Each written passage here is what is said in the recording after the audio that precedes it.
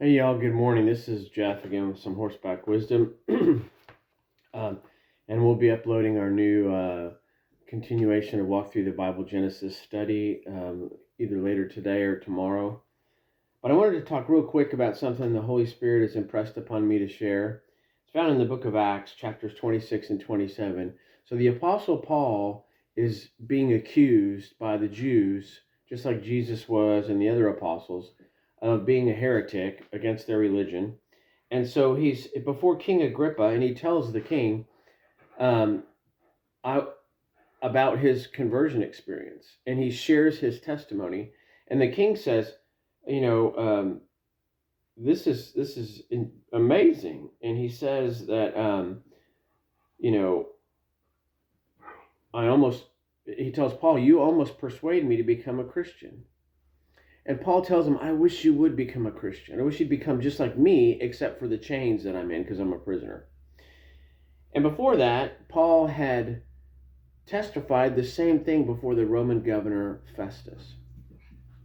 So anyway, Paul appealed to Caesar as a Roman citizen. He took his rights as a Roman citizen and said, I want to go to Caesar because I'm being accused of crimes that I didn't commit. I'm innocent.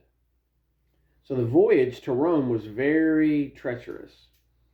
And an angel appeared to Paul while they were on the ship and said, there's going to be this terrible storm, but God has given you, everyone on the ship,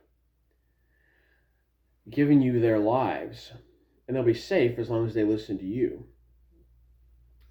So this terrible storm's coming. For 14 days, the sailors, who were very superstitious — I was a sailor, sailors are superstitious, crazy superstitious — they wouldn't eat. So a group of the sailors, when they took soundings, meaning that they threw a rope down with a rock tied to it and measured how deep it was below the ship, they kept getting shorter and shorter and shorter. It meant that the ship was getting ready to run aground and be destroyed. And if they were on the ship, they knew they would drown because the ship would collapse and they'd be crushed. But if they got off the ship into a lifeboat, they felt they'd be safe. And Paul told the soldiers that were there on board the ship, don't let them do that. This is the normal thing that a sailor would do, but listen to me. I'm speaking with the authority of my God, whom I worship. They will only be safe if they stay on board the ship. So the Roman soldiers actually cut the ropes of the lifeboats on the ship.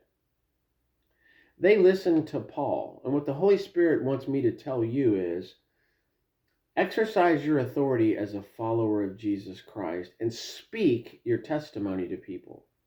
The Holy Spirit will use that, as it did here in the book of Acts, to convince and talk to unbelievers about God.